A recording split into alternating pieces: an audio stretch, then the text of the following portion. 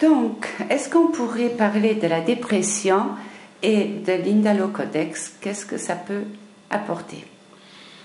Bon, l'Indalo-Codex est une technique pour générer une tension totale. Et cette intention, on peut l'utiliser pour soigner, c'est bon.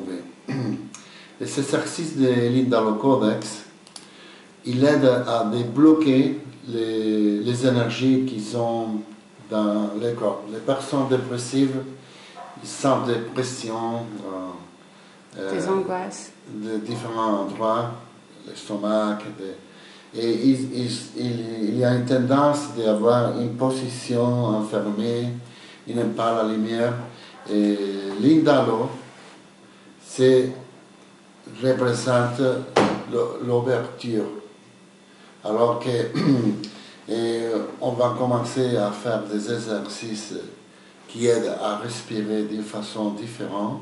Ça va faire un changement rapide, mais aussi il y a une petite programmation avec des idées qu'on va lui donner peu à peu à la personne pour qu'il commence à aimer la vie, pour qu'il commence à avoir la lumière, pour qu'il commence à se pardonner à soi-même et pour pardonner aux autres et pour élever l'autostime. Ce qui passe avec les exercices de l'Indalo, c'est qu'ils sont très simples, ils sont très évidents, ils sont très naturels, très universels. Il y a des psychologistes qui travaillent avec l'Indalo et l'autre jour, j'ai parlé avec une femme qui est un spécialiste qui travaille avec cette technique et il me disait, Saverio, il y a des fois que j'ai des personnes, des patients qui sont très bloqués et l'unique chose qui les marche, qui les aide, c'est l'Indalo. L'Indalo, c'est facile à faire, c'est très agréable et ce sont des exercices très courts parce que les personnes aussi qui sont déprimées, ils n'ont pas beaucoup de volonté. Alors que c'est bien qu'ils peuvent faire des choses très simples. Et avec ces petits exercices, ils commencent à changer. Mais ils changent très rapidement. Alors que c'est une technique que je recommande à tout le monde qui commence avec une dépression et qui n'est pas encore médiqué. Il peut éviter de rentrer dans un tunnel de beaucoup d'années s'il commence à faire l'Indalo, s'il commence à faire des exercices d'Indalo. Il est bien qu'il y a une personne qui les fait l'entraînement et parfois il y a une personne de la famille ou un ami qui doivent apprendre les exercices qu'il faut pour ces personnes et que la personne les fasse tous les jours. Parfois, les exercices d'Indalo, ils prennent que 5 minutes, mais ça change l'attitude. Un des exercices que je recommande tout le temps s'appelle aimer et pardonner. Et ça se fait debout, et on prend les bras comme ça, on fait comme un petit massage dans les chakras du cœur, et on dit « je m'aime », et on ouvre les bras, et on dit « j'aime ». Je me pardonne, et je pardonne.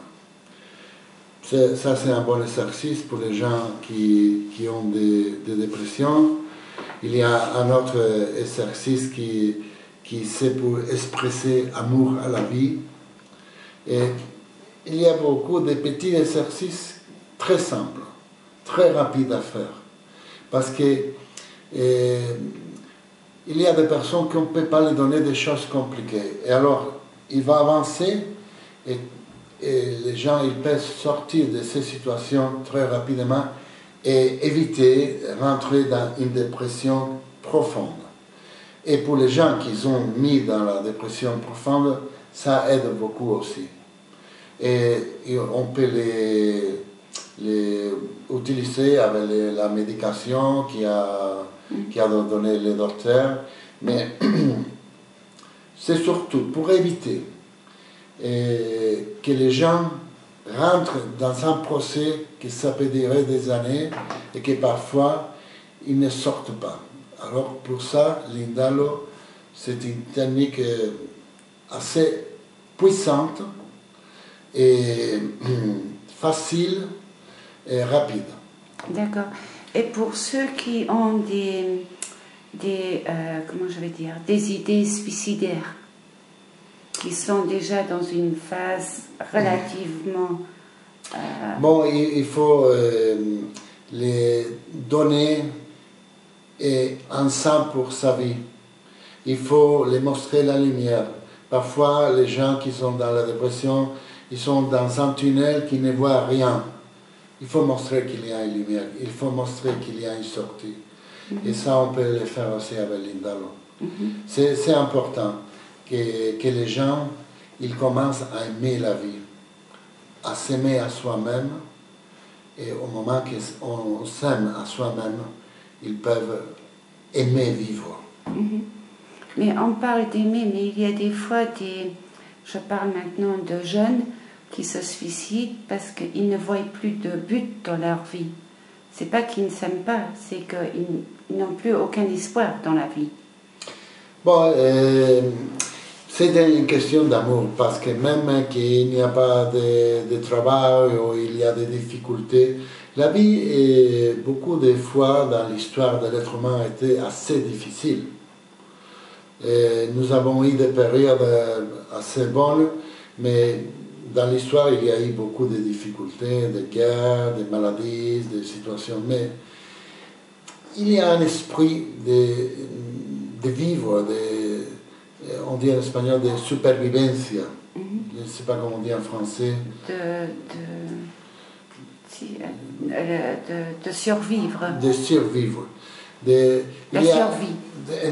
Survie. Survie. Quand on a cet esprit de survie, quand on a un esprit de disfrutar. Non, tu peux... De disfruter, c'est-à-dire de profiter de la vie. De profiter, c'est ça. Un esprit de profiter la vie, de trouver que chaque jour, c'est un cadeau qui nous donne la vie et qu'on doit l'apprécier, qu'on doit l'avoir comme un cadeau. Ça c'est important, non? Oui, mais comment on fait que ces gens-là qui sont tellement enfermés, comment on peut les entraîner à ce qu'ils acceptent de pratiquer le Indalo? Bon, normalement, les gens, ils l'acceptent bien parce qu'ils doivent faire au début des mouvements très simples, de respiration, tu ne demandes pas beaucoup. Et peu à peu, la personne elle commence à faire des changements. C'est comme s'il y a une énergie qui ne laisse pas respirer bien, vivre bien. Et quand, au moment que tu ouvres les gens, il commence à changer quelque chose d'important. Je veux dire aussi que l'Indalo, c'est une technique holistique parce qu'il travaille l'aspect mental et l'aspect physique. Si on a une attitude comme ça, c'est différent que si on a une attitude comme ça. Alors, l'expression corporelle, il ajoute à faire des changements drastiques. Donc la famille doit aussi apprendre la méthode pour que... Pas toute la famille, mais au moins, ils doivent avoir une personne qu'on appelle les guides. C'est une personne qui va être entraînée, qui va apprendre à faire bien 3 ou 4 ou 5 exercices qui a besoin de ces personnes. Et c'est la personne qui doit, c'est comme donner les tablettes ou les médicaments qu'il a besoin. Il va les entraîner. C'est une façon. Une autre façon, c'est qu'il va à un entraîneur d'Indalo, c'est le meilleur, et qui les renseigne les exercices, peu à peu, on peut communiquer un tout petit peu, mais ce n'est pas un interrogatoire. Dans l'Indalo, il ne faut pas faire ça. Il ne faut pas faire ça. Bon, ce n'est pas nécessaire. Si la personne veut converser, raconter son histoire, c'est bien, mais ce n'est pas part de la technique. La technique, c'est les donner quelque chose à faire, différent, les montrer un chemin, les montrer la lumière, les montrer où se trouve la vérité, les faire souvenir les meilleurs moments de sa vie, où il a été fort, pour qu'il prenne une référence parfois, mais pas... pas de régression. De faire une régression et revivre tout le passé. Tout un passé qui n'était pas heureux. Et combien de temps dure une session comme ça chez un thérapeute? Combien de temps Normalement, les sessions d'Indalo, il y a une autre façon qui se fait aussi pour la dépression, c'est très bon, ça s'appelle les promenades thérapeutiques. Alors, la décontextualisation de la personne, c'est très important. Si la personne il habite à la maison, il est dans son chambre toute la journée, on la porte à la mer, à la montagne, dans la rivière, et on fait les exercices là-bas, les endroits, il aide aussi. L'Indalo, c'est une technique très naturelle qui utilise la nature. Alors, la force de la nature, l'énergie vitale qu'on appellerait les chanistes, c'est aussi très important dans les exercices d'Indalo. Alors, ce sont des sessions qui ça peut durer 1 heure ou apprendre les exercices.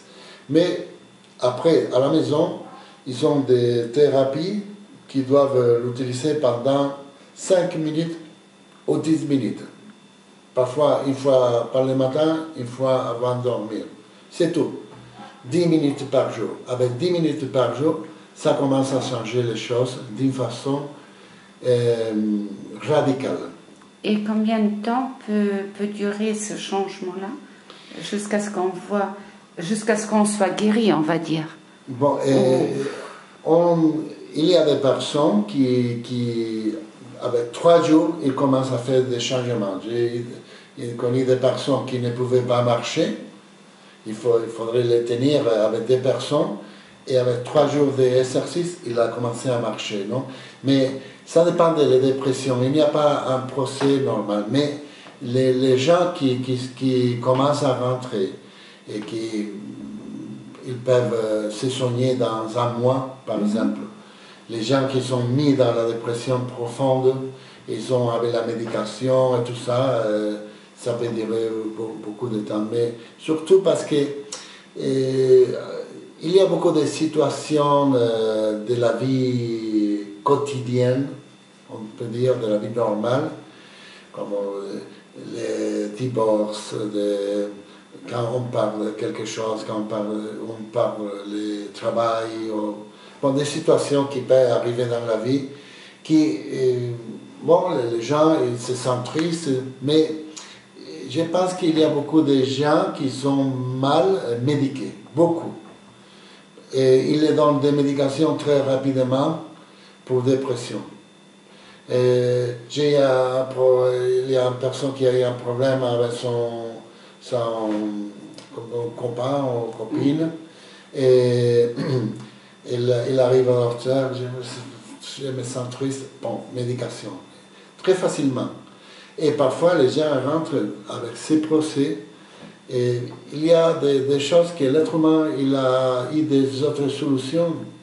On est ici milliards d'années déjà, alors qu'on peut résoudre des choses d'une forme plus naturelle.